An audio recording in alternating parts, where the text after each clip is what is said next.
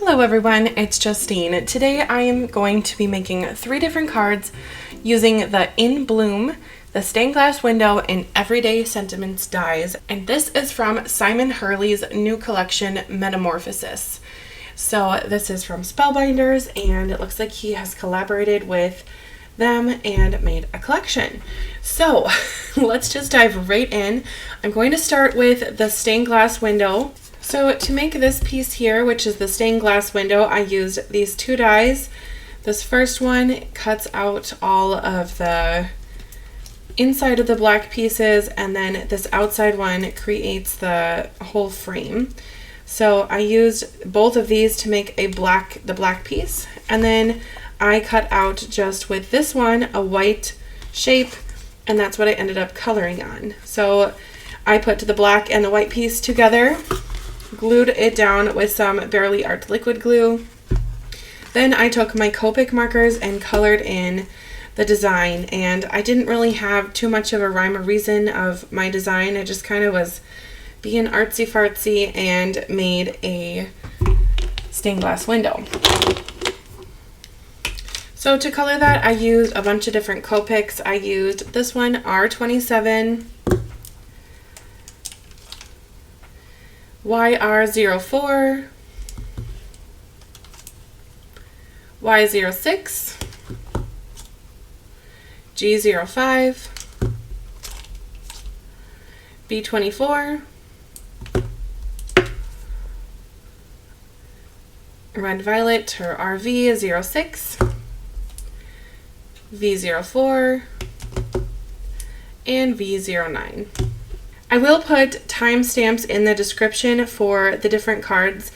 I'm going to start with the stained glass window, and then I'm going to go to those In Bloom, the flowers. So if you're interested in just seeing the flowers, you can go ahead and check out the description to see the timestamp where you can skip ahead to the flowers if that's your liking. But to just mention the sentiments, I will put a picture on the screen of all of the sentiments right from the Spellbinders website so you can see. But I'm using today the Happy Birthday one, and Love You is the other one that I'll be using. So for this background, you can see that it is embossed. I used the silver mirrored cardstock from Spellbinders, and I used an old embossing folder. Well, old isn't, I guess it's kind of relative. It's from oh no, it's actually from 2021. This one was called Sun Rays. It's SES021, and I really love using this one. I just think it's really neat, and it kind of reminds me of this whole area on top with things kind of radiating out. So this one just stood out to me to use. So I'm going to go ahead and stick that right onto the background. Unfortunately, a lot of that gets covered up, but this beautiful stained glass just works, so it's all right. I had kind of a little bit of trouble picking out a background color for the stained glass window. I tried all the colors that you can see here, and none of them was just quite right, so I went ahead with silver since it's kind of like a neutral. And I didn't want to do black or white since my sentiment is black and white. I just wanted this to pop, and I just love word sentiments with a black background with white letters. I love how it pops, and I really do like the font that they chose to use here. So to add my sentiments on, I want to just have that have a little dimension. So I'm going to go ahead and grab some dimension squares and just pop it up. I'm using some leftover foam that was from one of my card kits from Spellbinders, and I'm going to just use up the negative space, if you will, from the squares to just add some dimension. I think it's really important for me to get value from all of my crafting supplies, so I always use up all of the extra areas, even if it takes a little effort to make it work. The Happy Birthday, I'm going to try to line them up with the line that is on the die, just because to me that makes sense for my eye to line up with this line that we have here. And then the happy is going to go a little higher. probably line up with the next line. Thank goodness for reverse tweezers. Right about there. Now, I'm not sure who this is going to be a birthday card for. I think it will just go in my general birthday area, but we will see.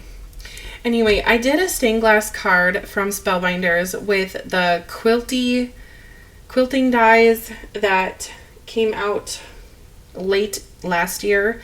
And when I did that, I used Glossy Accents, which is basically just a clear gloss that goes over anything you want. It's called a clear dimensional medium, I guess is a very fancy artsy way to say it. But I did that over my stained glass, and I really liked the way that looked.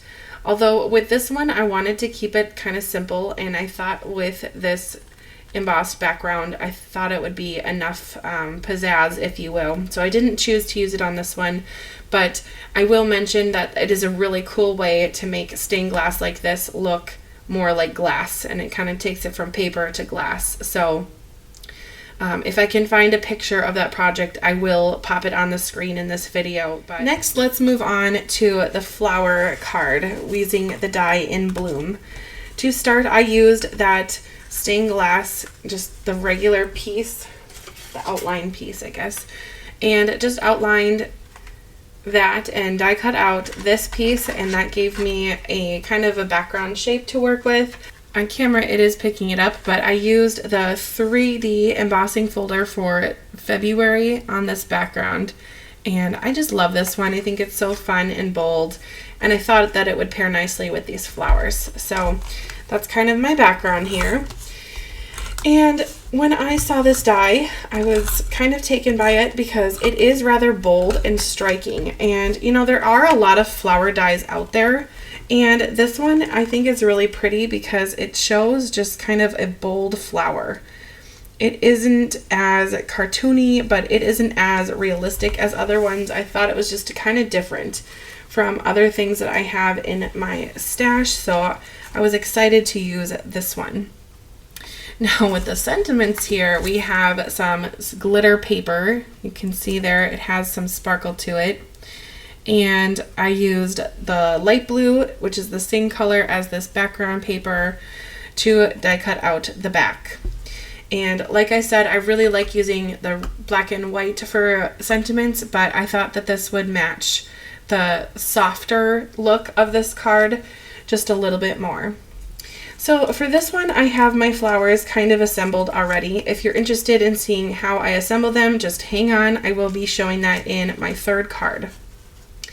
So for placement, I am going to place them right about here, kind of make a bundle. I'm going to glue these down where they are, but I'm going to just leave this area right on the base of the flowers kind of free to have room for my stem to go in. And this back one will not have a stem, and that's just fine. The other one's in front of it. I die cut out the stem and the leaf part with two different greens just to kind of give dimension and use up some of the scrap paper that I had for greens. And you know, I did get a comment on one of my recent videos asking me, you know, what paper did you use for this card? And I use so many different scrap papers. When I die cut something like this, I'm not going to pull out a brand new sheet of green paper and die cut out a little leaf. I typically get a lot of my paper either from Spellbinders or from Hobby Lobby, and there's another crafty company in my area called Crafts Direct in Minnesota, so sometimes I'll get paper from there, but I just am not the person to keep track of paper names and every little scrap of every little paper. It's just not my nature at all. But embroidery thread and floss for stitch cards, it's just not my thing to keep track of all the names of everything. I am impressed with myself if I mention the Copic colors that I use, because even that, it's just not my thing. I'm only going to add one of the large leaves on this card just because I want to keep it kind of soft and delicate and not too clunky, so I don't want to have a whole bunch of leaves here, but we'll just use those on another project in the future. Okay, I spaced out the happy and the birthday, so I have plenty of room for those to go on the bottom of this card, so I will just add those on with my reverse tweezers so I can get the placement nice and straight. Does anyone else use reverse tweezers as much as me? I just really like them. I find them so helpful. Right now my nails are a little long. Long story short, I had to put off switching my nail polish color here for another week. So they're a little long, to say the least, but that is just how it is. So maybe it's because I have longer nails that I appreciate the reverse tweezers a ton, but I really just think that it helps to get my hand out of the way and just see the whole picture without getting my hand in the way, basically. Same with the little gem picker here. They're just wonderful.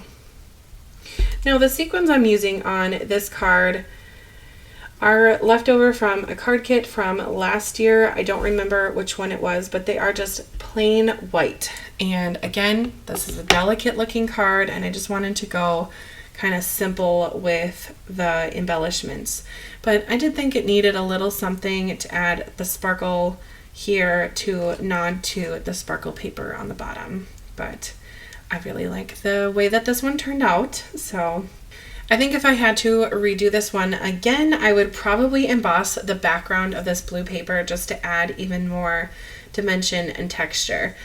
Lately, I have been so much about dimension and texture, and just, I don't know if it's just because I've been using a lot of embossing folders or what, but I have just loved adding texture kind of everywhere in so many projects.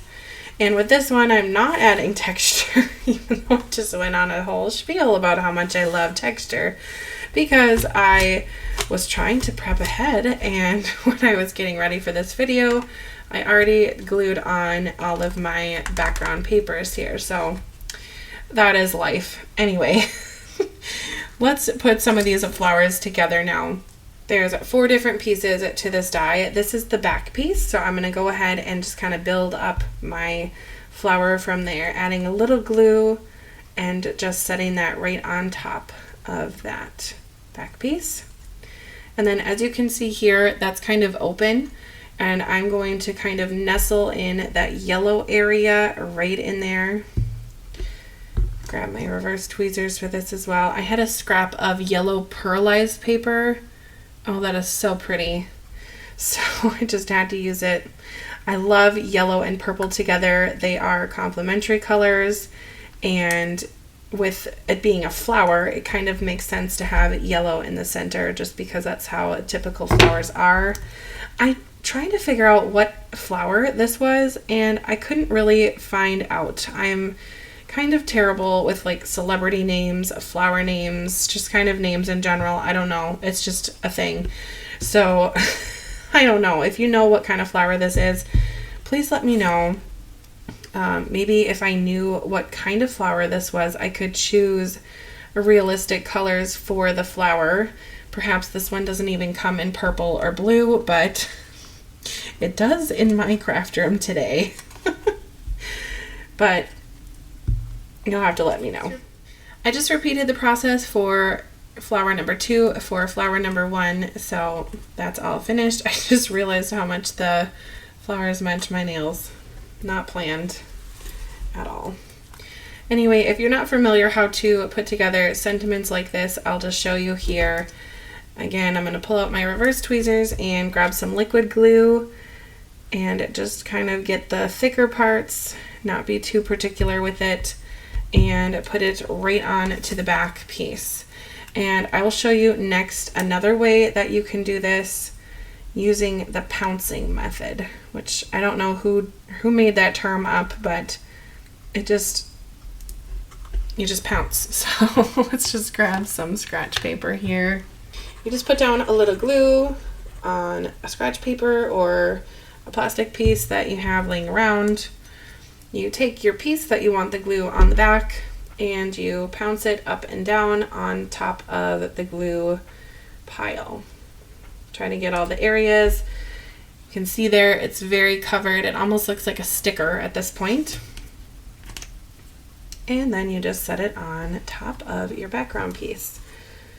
Speaking of making it look like a sticker, you could use a sticker machine and make that piece into a sticker too. It would be a little more time involved, but if you're not a glue person, maybe a sticker machine is for you.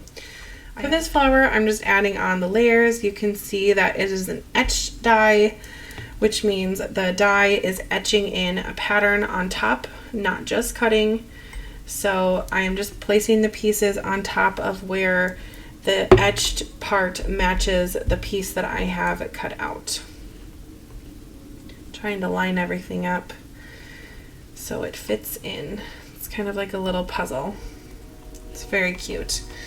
Okay, now that I have all of my flowers and sentiments assembled, I need to try to remember my layout as best as possible. I think it was something like this. Sure, we'll go with it. The little love you goes down here. This would be kind of cute for a Valentine's Day card or an anniversary card. I suppose we will see what happens with this one. You would think I would have an anniversary card all ready to go to give to my husband for Valentine's Day, but I have no idea which one to choose. I've made several this year. I made some with gnomes, and I made a whole bunch of Valentine's Day cards because I sell my cards at a craft fair randomly sometimes. So I have a whole bunch of gnome cards, and I think you would kind of like that style. So maybe I'll pull one of those out before I go to the craft fair that I have planned, but we'll see. Speaking of craft fairs, I was kind of playing around with the idea in my head of making a video about either like my tips and tricks for craft fair or things about craft fairs that no one tells you ahead of time, and or something kind of on the lines of that. So if you're interested in something like that, I'd love to know. Maybe just let me know in the comments, because I've gone to, I don't know how many now at this point, but quite a few, and different styles of, how people run them, different people who have attended them, and just kind of the etiquette that no one tells you. No one tells you before you go, but I've kind of learned along the way of certain do's and don'ts, if you will, and I like to consider myself a fairly organized person. Just with my life in general, I kind of have to be, because I do all of my card making on YouTube and Facebook, and I'm also a kindergarten teacher. And if you know, teaching requires quite a lot of organization, and I'm not saying that as, any way to flatter myself, but I do know quite a lot about organization for time management and stuff. It's kind of something that I enjoy learning about. I listen to podcasts about time management, organization, productivity, kind of that style. So I do know a little bit about organization. So I feel like I know how to prepare for a craft fair pretty well, just because I've done it multiple times, and I've kind of done some research on organization, productivity, time management, all of the above. So if you're interested in some of that kind of content, I'd love to know in the comments. I know a lot of my videos here on YouTube are all about card making and different new dies and stamps and collections, which is wonderful and fun. And I love that content, because that's what kind of first drew me into YouTube in the card content area anyway. But if you're interested in more of the craft fair stuff, I have information that I think would be fun to share, but I don't know if people even want it. So if you want it, let me know. I'm just choosing to pop up this last flower just to give the card some dimension. As I was saying before, I love dimension, and I don't want to make a flat card. Then I'm going to add some dimension. I have several leftover gem sheets. This one's Santa Lane. This one I think was Happy Easter, and some other ones here. So I am going to choose to use some green gems that have this gold fleck in it, and I think green and purple are just gorgeous together, so we're just going for it. And again, I'm using what I have and not hoarding, because you don't get any extra points if you die with craft supplies in your craft room. It's just sitting there, so let's use it, enjoy it, and love it. Anyway, I really hope you have enjoyed this video. If you have a favorite, I'd love to know in the comments below. Thank you, Simon Hurley, for creating this collection, and Spellbinders for working together. Team Spellbinders, if you're watching, hello. And if you are Simon Hurley, hello as well. I don't know you, but I love your products. So anyway, let me know in the comments your favorite card. I think if I had to choose one this time, I would choose this one. And I'm looking at it on camera, and it just is kind of screaming my mom's style. So I think this is going to be her birthday card. And this video is actually going to come out on her birthday, so it won't even spoil her the surprise if she ends up watching this. So this is going to be my mom's birthday card. Hooray!